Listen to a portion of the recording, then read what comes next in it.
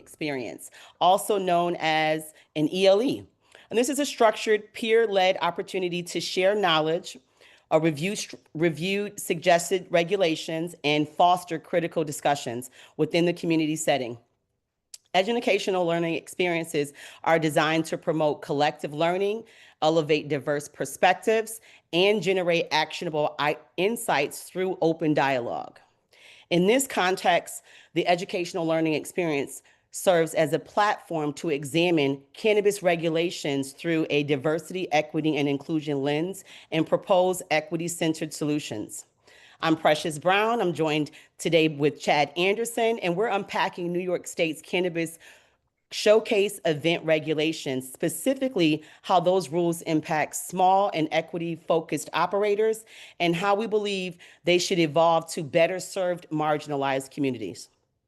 Before we dive in, let's ground the conversation with a few key definitions. When we say OCM, we're referring to the Office of Cannabis Management, the state agency implementing the cannabis law, the Cannabis Control Board, or the CCB, oversees the rules that adopt, and the Cannabis Advisory Board, CAB, provides equity guidance.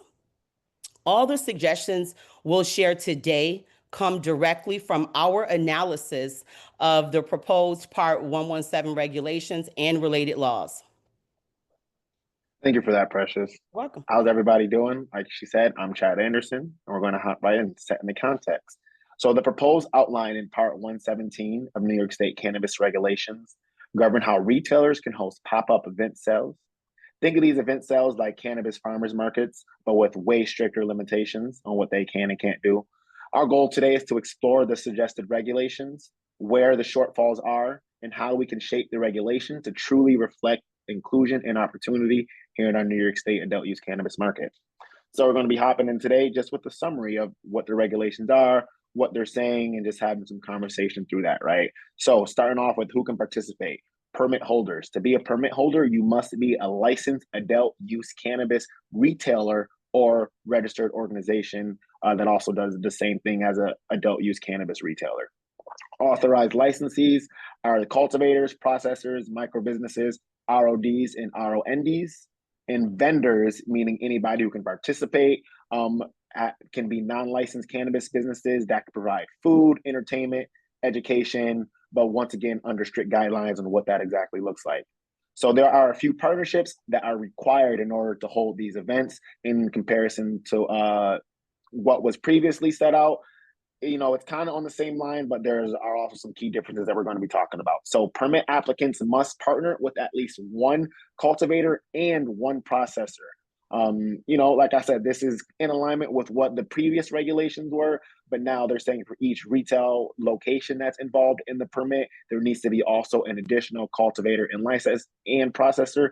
And if you were to have, you know, two cultivators and one processor, you also need to have that additional processor. So essentially what we're saying is there's just a one-to-one inclusion ratio for any cultivator and or processor that you would like to include inside of your grower showcase. Yeah, I mean, I definitely would say that, you know, there needs to be a broader permit eligibility. You know, I would, you know, say the suggestion would be to allow micro businesses to apply for permits directly. As well as, although the co-op license isn't out yet, you know, when that does come out, it's only going to be able to increase direct access to revenue generating opportunities for marginalized operators and communities. So I would definitely say there is some opportunity to be able to expand and broaden the permit eligibility. Yeah, and I even think, you know, on that point, Precious, it's interesting for the exclusion of the micro business because, you know, with RODs and RONDs, they have very specific specifications on, you know, if you're going to be once again, registered organization, these entities are essentially completely vertically integrated, you know, had some sort of possibly inclusion in the medical side, but they don't always, but they're essentially able to process, cultivate, and also to a retail. And they have very specific, allowances for a registered organization who wants to participate for a retail dispensary. They just say that you can't essentially sell your own products. You have to have specific shelf space reserved. So I'm interested, on why that looks like the way it does, taking, like you said, some of that access away for the micro businesses that want to participate in the same exact capacity as a registered organization, right? Absolutely. We really need to create a pathway for our vertically integrated licensees, micro business holders, to really make sure that, again, that there's that diversity, equity, and inclusion, and really to also showcase our craft operators. So for sure, there definitely could be just a broader perspective Absolutely. for that and an increase in what that looks like. Absolutely, absolutely. Thank you for that. And just heading back into, a little bit of the overview of what this bill is saying. One permit per event, valid for up to 14 consecutive event days. A single location cannot host cannabis events more than 45 days per year. And events cannot be held near schools, youth centers, houses of worship, other dispensaries within that 200 to 500-foot radius, kind of along the same lines that we see with adult use retail dispensary regulations for location, proximity, setbacks, all that good stuff as well. Yeah. For that one, I would definitely say the suggested change should be to increase the duration, for the per minted days and also the frequency caps. Again, it gives more operators an opportunity to build brand visibility and create really a local presence within the community. 14 days, that's just not enough. Right. I'm thinking, maybe something like 20, 20, 21, 22 plus days, possibly. What's your thoughts on just increasing the duration and the frequency caps? I mean, yeah, just kind of once again, all that I really see these are, while still being regulations for something that they need to make rules on, are is really just, a barrier, right? We all know what the operation of this looks like. Yes, you can pre-plan beforehand, do the marketing, all that you need to do, but we all know, most likely a lot of these grower showcases aren't really seeing real traction until day 7 to 8.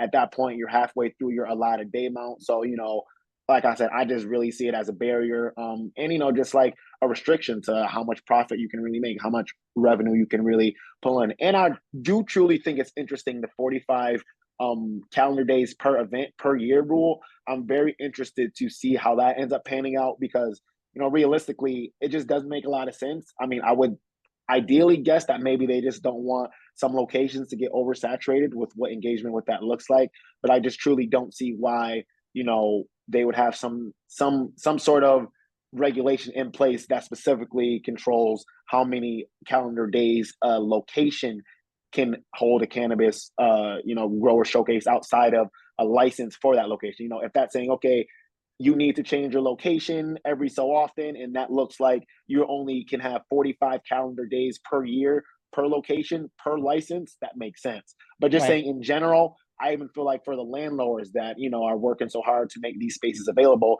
that limits them on what they can potentially bring in as far as income or As income, additional. for sure. So yeah, so that's kind of my take on that. I think it's extremely interesting, and just kind of curious to see how that ends up panning out as we continue to move forward in these regulations. Absolutely. Absolutely.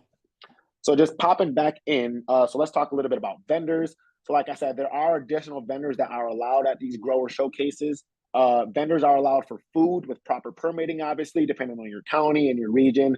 Make sure you have your bill of health for the health department, et cetera, et cetera. Entertainment, education, holistic wellness, arts and crafts.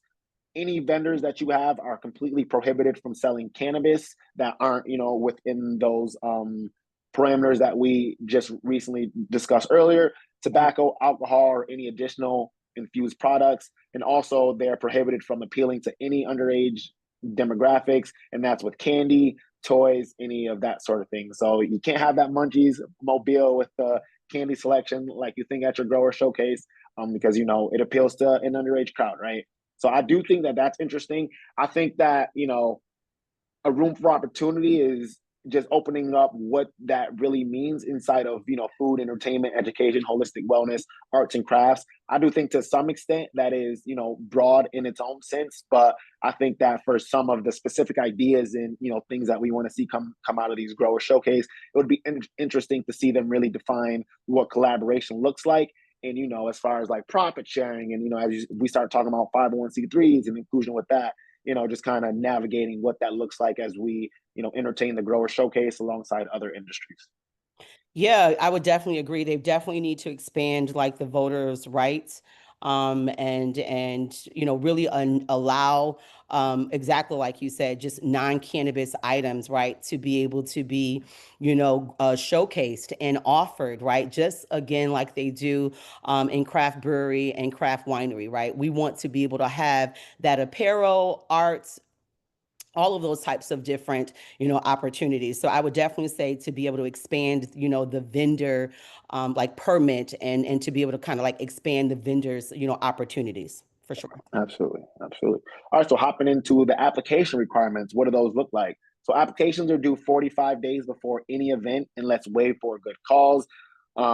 These applications must include the site plan, your staffing plan, your vendor list, and your security and storage plan, as well as the event details, inclusive of dates, hours, any partners you're using, anything else, and record keeping of your local government and host location approvals, just essentially showing that they said yes for any and everything that you want to do. And fees associated are $300 for a 1 to 3 day grower showcase, $550 for a 4 to 7 day grower showcase, and $800 for 8 to 14 day grower showcase. With, as this is definitely something I commend the Office of Cannabis Management for, that 50% discount still in place for socioeconomic equity licensees that are going to be applying for that grower showcase. So, just kind of starting off, that's definitely something we love to see, that 50% off. That's going to drastically slice those costs in half. And I think the more creative you can get as these regulations come out, this is a great kind of pathway for those provisional licensees, right, to be able to take advantage of this in a capacity that makes sense for them, while still being able to bring in that revenue in those early stages of obtaining your license. So I do love to see that 50% discount for all socioeconomic equity applicants. Precious? Absolutely. I would agree to that. One of the things that we didn't touch pace on, Chad, that I wanted to go back to is on-site consumption for these grower Yes. showcase. You know that I'm a big advocate on, reimagining cannabis consumption spaces, and really making sure that we're engaging the community with maturity, and creating a mature and informed community, right? And helping to really break that barrier, stop the stigma, and inform them that, what we're doing and how we're doing it, creating that equity and inclusion, just like they do for craft brewery and craft winery. So if you are going to, let's say, like a wine fest in upstate New York in Naples, right, you'll see a list of, wineries that not only are you able to purchase the wine, but you can also sample. You can also do that at our local public market here in Rochester, right? And so it's extremely important that we be able to have those, parameters set around as to what it would look like to be able to support our licensees, and really kind of see through and make those suggestions as to what it would look like for on-site consumption. I'm saying something like limiting the sample size, maybe 2.5 grams. And then, that individual is not able to take that sample size outside of a specific area. So there Right. is a way to really include. Do it on a micro level. Exactly, Absolutely. exactly. There really is a way to make it so that it's inclusive, and again, make it so that it's also an educational setting so that the consumer can make that mature and informed decision There we as to go. why they would want to include cannabis into their wellness regimen. So I think one of the big opportunities that I see for the grower showcase for me definitely is going to be the fact that they're not allowing on-site consumption, and what that looks like. And so I'm interested in, seeing how the industry, our Canna brothers and sisters respond to that, what some of the suggestions would be to that. I know that I'm going to be making some suggestions to really kind of help to kind of move things along and what that looks like. So, yeah. Absolutely. Even kind of just on that vein directly, just like we said at the beginning, folks, it's kind of like a farmer's market, but just with a lot stricter regulations, right? That was a great point Precious just brought up, as what consumption looks like in alternate, very neighboring industries comparative to the cannabis industry, and why these specific ones look like this.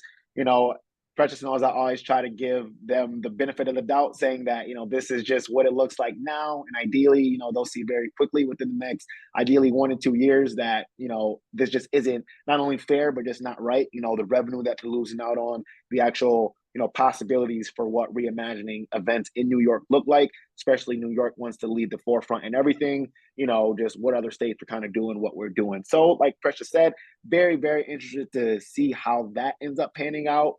As far as that strict on-site consumption, I would even go as far to say, Precious, that I think maybe potentially when the on-site consumption regulations come out, they may consider some sort of like special event usage permit that maybe can be applied for in tandem with a grower showcase. I think that can make some sense, right? If they're looking at it from that kind of viewpoint. But yeah, there's a lot of good stuff going on for sure. But let's not nobody forget that these are just proposed, right? These are things that you can comment on. These are things that are still have to be processed. And by the time this video is out, it's going to be alive and well right in the middle of all the debate about everything. So make sure you're staying up to date on what it looks like to be civically engaged as we continue to work through these proposed regulations. Absolutely. I would agree on that. The importance of being civically engaged, knowing, where the suggested regulations are, the importance of reading, commenting on them if you're interested in commenting on them, so that we can really make sure that we are moving forward within the industry. For us, we really stand on that the regulations should reflect the values of equity, access, and economic repair. Because the state of New York was devastated by prohibition of cannabis. So extremely important that, again, we are civically engaged. So thank you so much, everyone, for joining us on our very first educational learning experience. I would say next month, join us in July, as we review another regulation and make some suggestions to ensure that we have diversity, equity, and inclusion. And we appreciate your time today. Thank you. Bye. Absolutely. And just to leave everybody with this thought-provoking question, what regulation out of everything we spoke about today would most impact your business and how you want to succeed in the cannabis industry? Thank you guys so much. This is Chad Anderson and Precious Brown, and we're signing off as B.L.O.O.M. ROC June ELE. Bye-bye.